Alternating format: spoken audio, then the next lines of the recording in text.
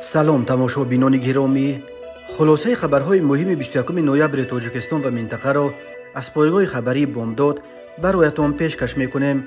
شروع میکنیم از یک نگاه کوتاه به سرخط خبر مهم روز در این برنامه. امامعلی رحمون را در مسکو با قراول فخری پیشواز گرفتند. پیروزی تاجیکستان بر پاکستان با حساب بزرگ 6-1.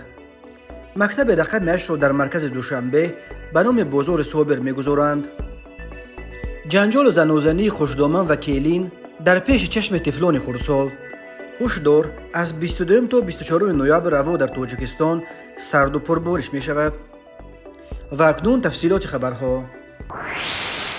دسته منتخب تاجیکستان تحت رهبری متخصص خرواتی پیتر سیگرت در دوره دوم مرحله انتخاباتی جام جهان 2026 نخستین پیروزی خود را به دست آورد و آن هم با حساب بزرگ 6-1. یکچین تاجیکستان در بازی دوم گروه جی بر تیم ملی پاکستان غالب آمد. فوتبال بازان تاجیک تقدیر بازی را الکی در قسم اول رقابت حل کرده با نتیجه 4-1 به تنفس رفتند. در قسم دوم بازی شاگردان سیگرت به دروازه پاکستان باز 2 گل دیگر زده پیروزی خود را تحکیم بخشیدند. 2 گل تیم تاجیکستان را امدانی کمالوف به ثمر رساند. رستم سویروف، پرویزجان عمربایف، احسان پنجشنبه و شهرام سمیف در این بازی 1 گل زدند. یگانه گل تیم پاکستان را راخیس نبی به دروازه تاجیکستان وارد کرد. دسته تاجیکستان بازی نوبتی خود را در مرحله انتخاباتی جام جهان 2026 در مهمانی با تیم عربستان سعودی انجام می‌دهد. این دیدار 21 مارس سال آینده برپا می‌گردد. در دوره یکم تیم تاجیکستان بازیش را با تیم اردن با حساب مساوی 1-1 انجام داد. فوتبال بازان تاجیک در انجام بازی حساب را کشوده بودند و می توانستند از این رقابت هم غالب بیرون بیایند، ولی در دقیقه های علاوگی به تیم اردن میسر شد که با یک ضرب نشان رس به دروازه تاجیکستان پیروزی را از فوتبال بازان تاجیک بدزدند.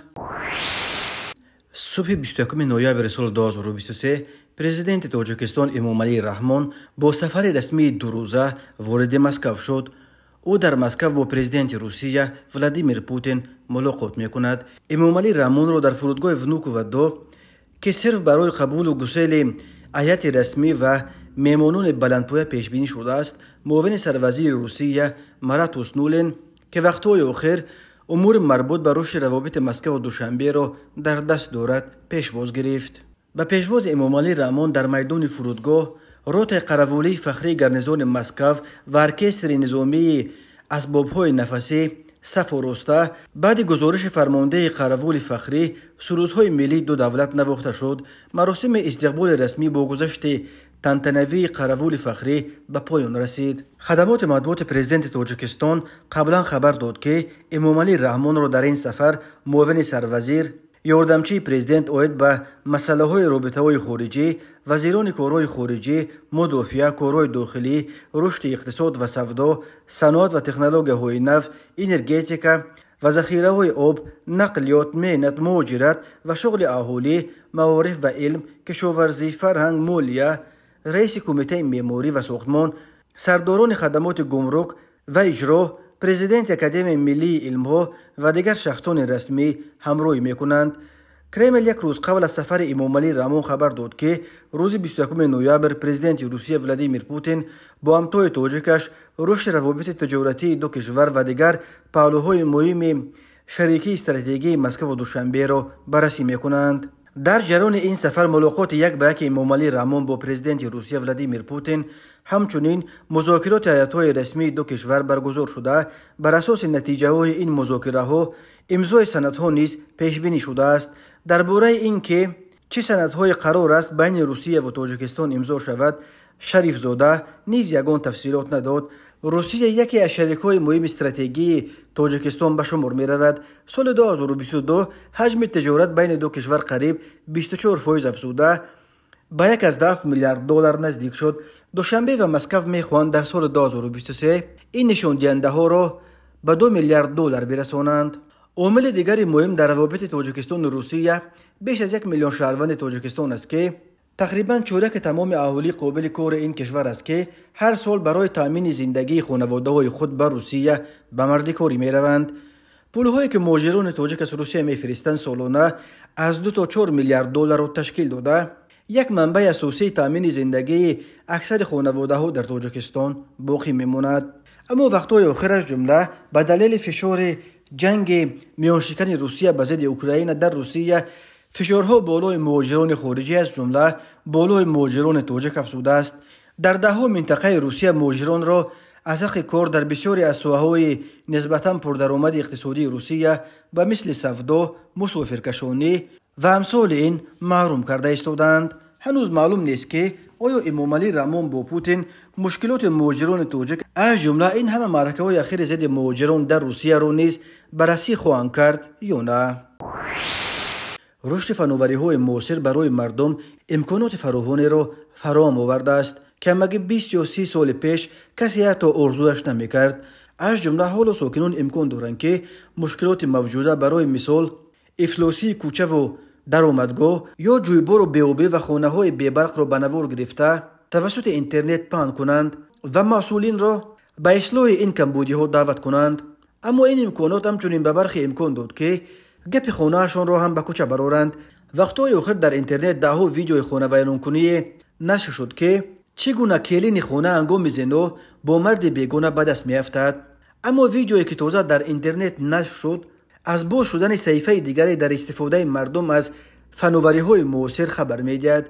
این بار یک کلین بدرفتاری خوشدامنش نسبت به خود را ثبت کرده در اینترنت گذاشته است. در ثبت دیده می شود که کلین که روی خودش نمی نماید خوشدامنش را با تلفن به نوار گرفته او را گناهکار می کند که با چوب لت و کوبش کرده است. خوشدامن که او هم در دست تلفن دارد و معلوم نیست که او هم به نوار گرفته ایستاده است و یا می خواهد به کسی زنگ بزند، ایده‌های کلینش را رد می کند و قسم می خورد که به او دست نرسانیده است. کلین همچون شوهر دخترچه خردسالش را که در حجره دیگر گریه کرده نشسته بود دعوت می کند و از او می پرسد که مامات مرا با چی زد؟ با چوب زد. دخترچه همچنان گریان و نالان تصدیق می کند که زد. در ادامه ثبت خوشدامن اختیار را از دست داده به حجره کلینش در آمده به چپه کردن جیوان و آینه و دیگر چیز و چهره شروع می کند. اتفاقا برخی از این چیز و چهره بالای کودک دوم کلین می افتد و او داد و غوغا می بردارد که بچه‌ام را کشته. بنا به اطلاع دریافته این مناقشه در یک خاندان با نفوذ رخ داده. خوشدامنی که با کلین چنین مناسبت می کند خواهر انم یک منصبدار در گذشته خیلی بلندپایه است، اما از بس که ربط مستقیم به این مناقشه در عائله خواهرش را ندارد اداره بامداد از آوردن نام این منصبدار سابق خودداری می کند. مناقشه و بین خوشدامنها و کلینها یک مشکل داغ در بسیاری از خانواده‌ها در تاجیکستان باقی میماند. جامعه شناسان یک سبب آن را در این میبینند که در بسیار عائله‌ها به سبب دست کوتاه و تنگی شرایط بعد ازدواج فرزندان نیز مجبورند که چندین سال همراه عائله فرزندانشان زیر یک بام زندگی کنند. تماشابینان عزیز، یادآور می‌شویم خلاصه مهمترین اخبار تاجیکستان را از پایگاه خبری بامداد تماشا دارید. برنامه را ادامه می‌دهیم. روز 20 نوامبر سال 2023 اگر عمر وفایش میکرد بازار صابر یکی از معروفترین شاعران تاجیک نیمه دوم عصر 20 و اول عصر 21 به سن 85 میرسید. در این روز شهردار دوشنبه رستم امامعلی با امضای یک قرار از کمیسیون موقتی مجلس وکیلان خلقی پایتخت اوید به نامگذاری تقاضا کرده که به مجلس وکیلان پایتخت درباره نامگذاری نمودن مؤسسه تحصیلات میانه عمومی رقم 8 نویه اسماعیل سامانی شهر دوشنبه به نام شاعر معروف جمهوری تاجیکستان دارنده جایزه دولتی تاجیکستان به نام ابو عبدالله رودکی اردن ستاره پرزیدنت تاجیکستان درجه 3 بازار صابر تکلیف پیشنهاد نماید. شهردار دوشنبه روز 20 نوامبر به شرف زادروز بازار صابر محفل پاس خاطر او را تحت عنوان شاعر و شعر اگر هست دایر کرده است. شوگونه صابر دختر بازار صابر برای چنین قدردانی به مقامات پایتخت از نام فرزندان شاعر و مادرشان گلچهره صابر اظهار سپاس کرده است. بازار صابر 20 نوامبر سال 1938 در دهه صوفیان نوین فیض‌آباد دیده به جان گشوده یکم ماه سال 2018 در شهر سیاتل امریکا در سن 79 از عالم چشم پوشید. بازار صابر را در آرامگاه لچوب دوشنبه به خاک سپاریدند. از بازار صابر چندین کتاب شعر به یادگار ماند، از جمله پیوند، آتش برگ، گل خور، مژگان شب، چشم سفیددار، سیم خور، از وطن وقتی که می رفتم، از گل خور تا سیم خور، شاعر و شعر اگر هست، خون قلم، لاله های سیاه باقی ماندند. بازار صابر به ویژه با اشعارش درباره وطن، زبان مادری تاجیکستان محبوبیت زیاد به دست آورده است. ترانه از خون سیاوشم بر متن بازار صابر از جانب بسیاری ها حتی یک گیمن غیر رسمی تاجیکستان قبول شده است. مرکز مطبوعات وزارت کارهای داخلی تاجیکستان خبر داد که طی روزهای 17-20 نوامبر سال 2023 در 5 صدمه در گوشه‌های گوناگون جمهوری 6 نفر به هلاکت رسیدند.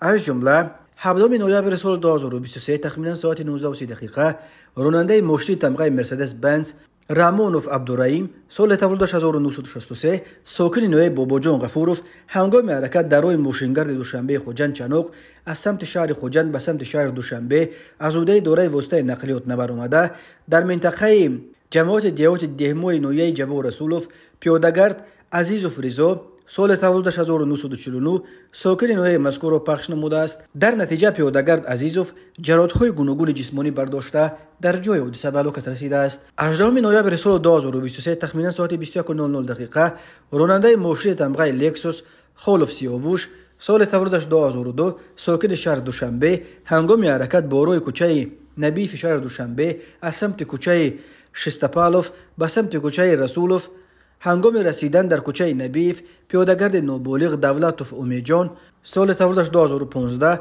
ساکن پایتخت را زده از پای میافتاند. در نتیجه نابالغ دولتوف جراحت‌های گوناگون جسمانی برداشته در جای حادثه به هلاکت رسیده است. 18 نوامبر سال 2023 تخمینا ساعت 13:00 راننده ماشین تمغه کماز ظریفوف مراد علی سال تولدش 1970 ساکن نویه مشچا هنگام حرکت در روی ماشینگرد دیهه لنگلیف نویه کوهستان مشچا از عهده دارای واسطه نقلیات نبر آمده از بلندی 300 متر به پایان چپه شده است. در نتیجه راننده ظریفوف و مسافر ماشین مذکور نصرتوف بای مراد سال تولدش 1970 ساکن امین نویه از جراحت‌های گوناگون جسمانی برداشتهشان در جای حادثه به هلاکت رسیدند. 19 نوامبر سال 2023 تخمینا ساعت 08:00 راننده افت تمغه خونده ترسونوف نعیم جان سال تولدش 1982 ساکن شهر خوجند هنگام حرکت در روی ماشینگرد باباجان غفورov جبا رسولوف در کوچه یووه نویه باباجان غفورov از عهده دارای واسطه نقلیات نبر آمده پیادهگرد نابالغ محمد جانوف اهل دین سال تولدش 2013 ساکن نویه مذکور را پخش نموده است. در نتیجه پیادهگرد نابالغ در بیمارخانه به هلاکت رسیده است.